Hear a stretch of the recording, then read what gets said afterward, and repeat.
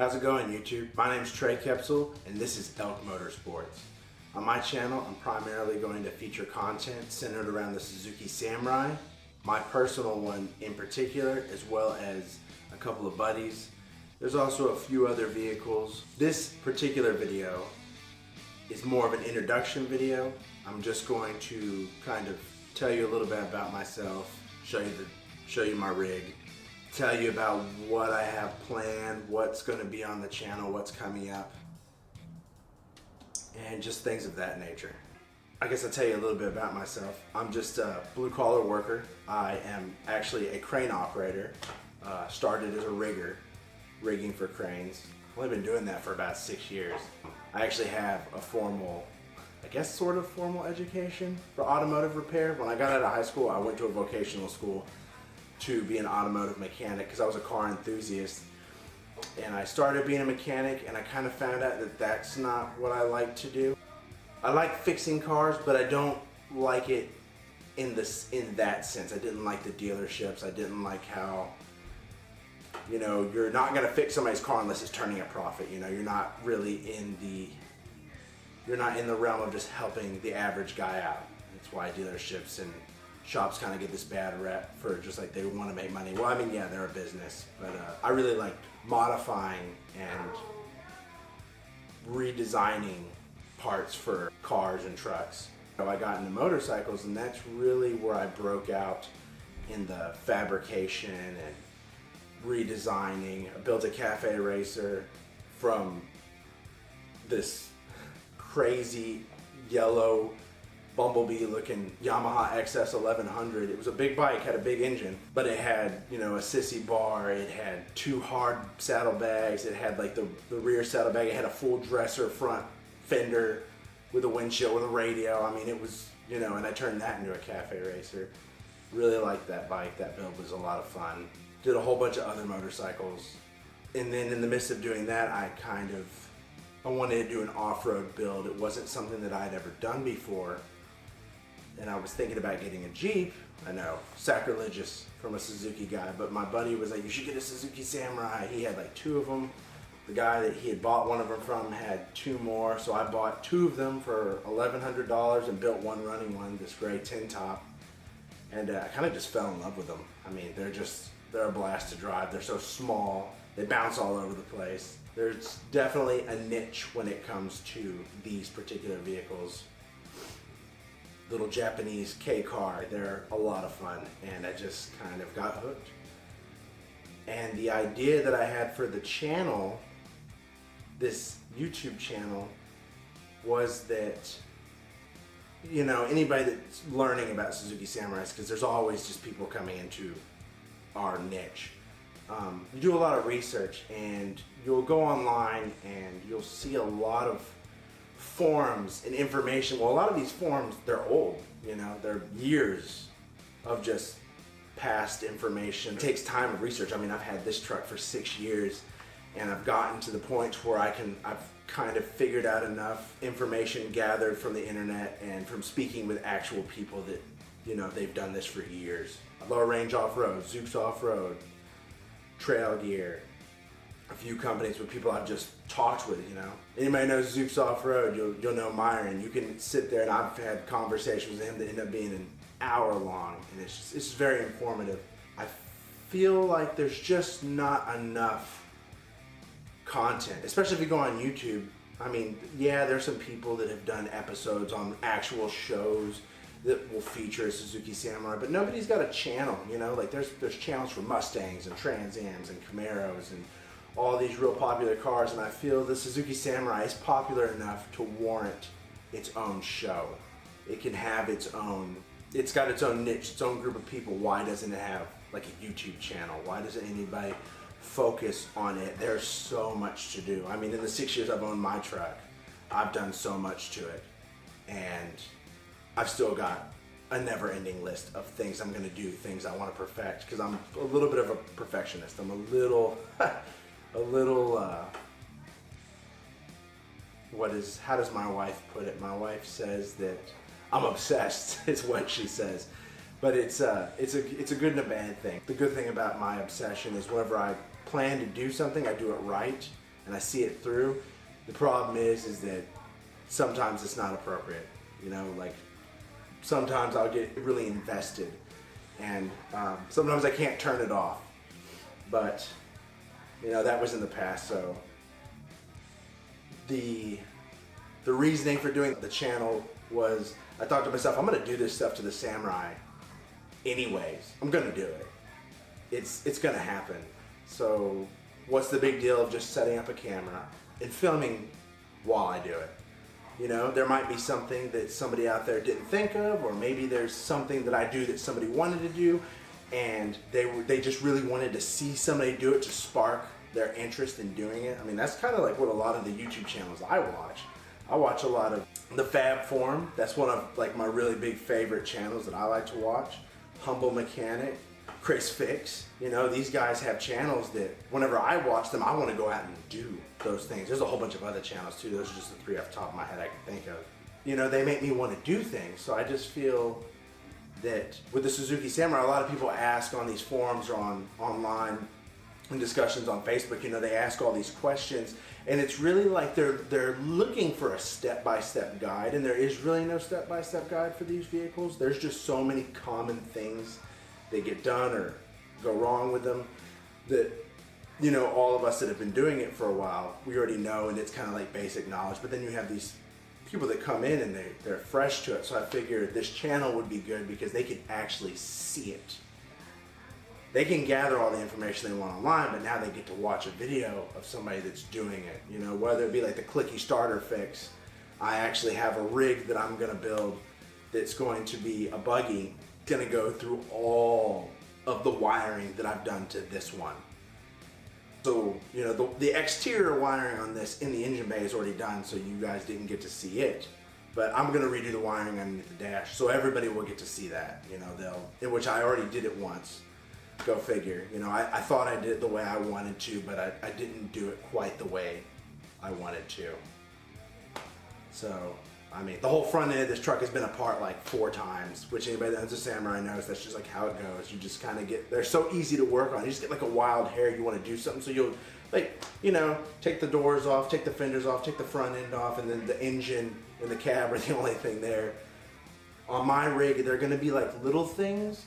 There's also some fixes that I need to do. Like one of the fixes I need to do for my front suspension, when I did the towers, the shock towers, the bottom shock mount, I welded them too far on the outside of where the steering knuckle, well, since I welded that lower spring perch on the very edge, the nut hits that lower shock mount. The knuckle will touch it, and it actually has decreased my turning radius. I mean, dramatically. So I need to take that all apart. I need to pull the knuckle assembly apart, and I need to drill it, grind it out, open it, so that way that knuckle, the nut on the knuckle can clear inside of an opening. So anybody that wants to know how to rebuild a knuckle assembly, well, they'll get to see it. I've already done it. I won't, you know, there'll be some new gaskets I'll have to get, but as far as that, it's already been done, which if you have an old Samurai, I suggest doing it. It's awesome. The steering feel that you get back. I'm also doing some things with the suspension. The rear of my Samurai sits lower. It sits lower than the front, partially because that's kind of characteristic of SUVs. Even though this one's real light, this one's also was in an accident. The rear got crushed a little bit before I owned it. So, you know, the frame is all whopper jawed. It sits lower on the left side altogether. So to compensate for that, I had Dr. Z make me an 8-inch shackle for the driver's side and a 7-inch shackle for the passenger side. That's already like 2 inches taller than the stock one. So it'll bring it up and level out the driver's side. So that's something I need to finish doing. So people will get to see a little bit of the suspension. The buggy build, I plan on doing coilover, so if anybody was ever interested in doing coilover, they'll get to see that process. As far as going with a kit or making it myself, I'm not sure what I want to do yet, or a combination of the two. Take some research to see what kind of coil springs people use or versus the kit, or can I just get coil springs? Can I make all the mounts myself? You know, you have to see what's cost efficient too. You know, sometimes it's cheaper to buy these prefabricated kits than putting all your own research and development into building them yourself. It's just not cost efficient, the amount of hours that you'll sit there trying to do the geometry and figure it all out, when it's like, man, this guy had a kit, or this company has a kit, I could have just bought it and been done with it. You put it all together, because you still have the hours that'll go in installation, let alone the fabrication of the parts. This is my Suzuki Samurai. This is my rig. My wife named it La Otra. For anybody that doesn't speak Spanish, La is the and Otra is other, and with the A at the end puts a feminine emphasis on it, so she implies it's the other woman. That's the reason for its name. Walk around the outside. These are some Fender Flares that mimic the stock curves. They're not like the Bushwhackers. The Bushwhackers, I didn't really like how they didn't follow the natural curvature of the wheel well. Where I live, don't even actually legally need them, but it was just something that I wanted to do. Sitting on 31s with 15-inch D-hole wheels. It's too dark outside to open the garage. I'll try to get the rear bumper. There'll be more shots, but that rear bumper, a buddy and I made it. Deleted the rear tire carrier to opt to put the license plate there. Hopefully in the future there will be a roof rack, and that's where the spare tire will go. I can't take credit for the front bumper build. There's a guy on Facebook, his company's name is Dr. Z. He's the one that actually had the template. He'd built the bumper, and I told him, hey man, that thing looks really cool. Is there any way you would sell a weld up? So he sent me all the pieces pretty much cut out like template, and I fitted them and I welded it.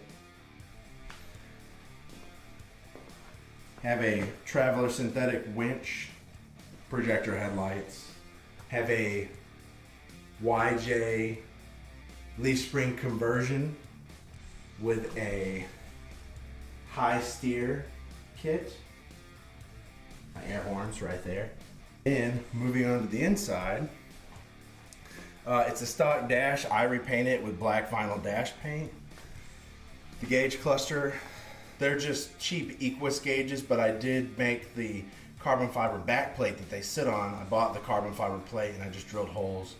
The dual gauge pod is just a dual gauge pod off of eBay. It just pretty much fit perfectly on there. I mean, it was like it was meant together. Even the three gauge pod would probably look real good too.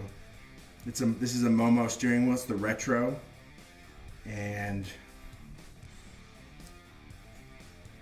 I cut out a carbon fiber ring so that way the horn button would sit over it, and that's what holds it in place, the horn button. You can actually turn it, but that's the original ring that goes in there is an aluminum ring. It goes in the exact same way. I just opted for carbon fiber. More on the inside. Switches for the fog lights, a switch to turn on the air compressor underneath the hood for the air horn. There's a manual choke. The steel radio box conversion with a carbon fiber backplate to hold the radio in. I'll have to show y'all the modification I had to do to keep that radio in. Even with the steel front plate, that radio would want to pop out all the time. I actually had to take an L bracket and mount it on the back of the radio to give it some support on the rear end of the radio. Air fuel ratio gauge, you're about to see why that's there too. The back of the Samurai, it's just wide open, no back seat. Most of them don't really have rear seats anymore. They're hard to come by, and even when they're all torn up, people want a lot of money for them. These are the tie downs that I currently have. I'm going to be doing a different setup, and I'm gonna take you guys through kind of like a DIY video, kind of sort of. If somebody's interested in doing that, they can do it too. You have a small youth axe, a small shovel, a breaker bar with a 19mm socket, and then my lug nut key. And then over here, I have the low range off-road storage tray. Got some jumper cables, tool bag, Right here I have the Tuffy center console. It's actually a really nice center console. It's pretty roomy. Has a little tray. Put all your stuff in. It's pretty deep. It's really well designed for a soft top. The way the latch sits, you cannot pry on it with a pry bar to get it out. You would be better off trying to climb underneath the truck and unbolting it. And then for the seating, anybody that has one of these knows that the stock seats are generally, especially the driver's seat, are generally worn out pretty good. Very uncomfortable. These are from a kit that Zooks Off-Road makes that takes a Chrysler Town & Country fold and stow back seat. The adapter bracket goes on your stock slider. The seats have a slider built into them, so you actually get two sets of sliders. The seat's elevated a little bit higher, which is nice, instead of sitting so low in the truck, and it lets you actually scoot the seats farther back. I've got plenty of leg room. So underneath the hood, we'll start from my side.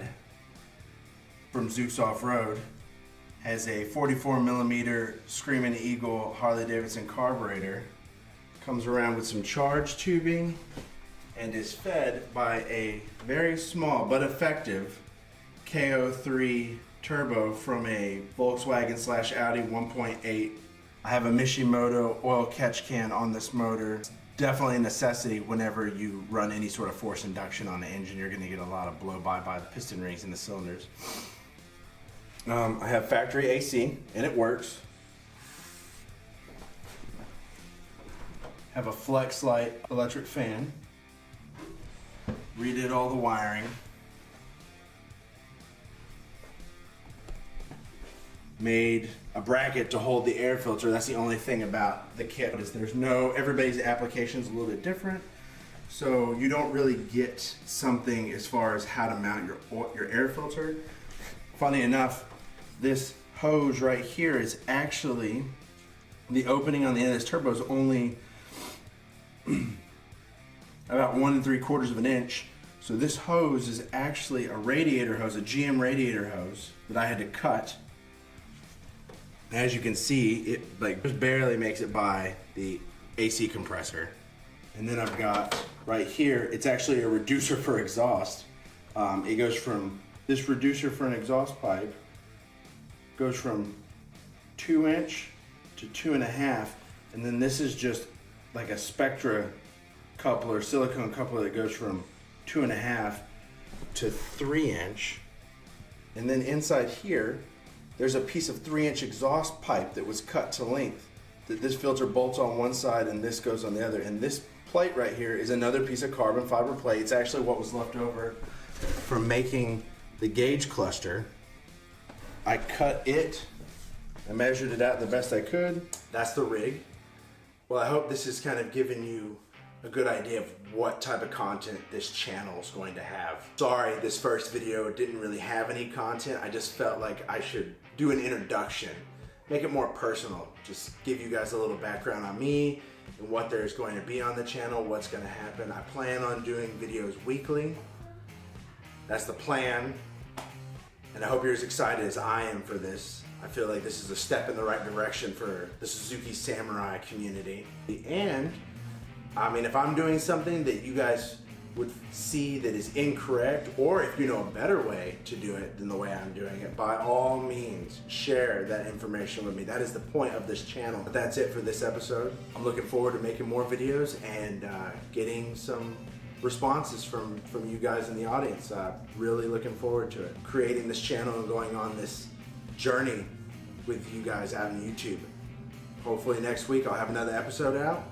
If I could do one sooner than that, that would be awesome too, but we'll just have to see how it goes. Peace out.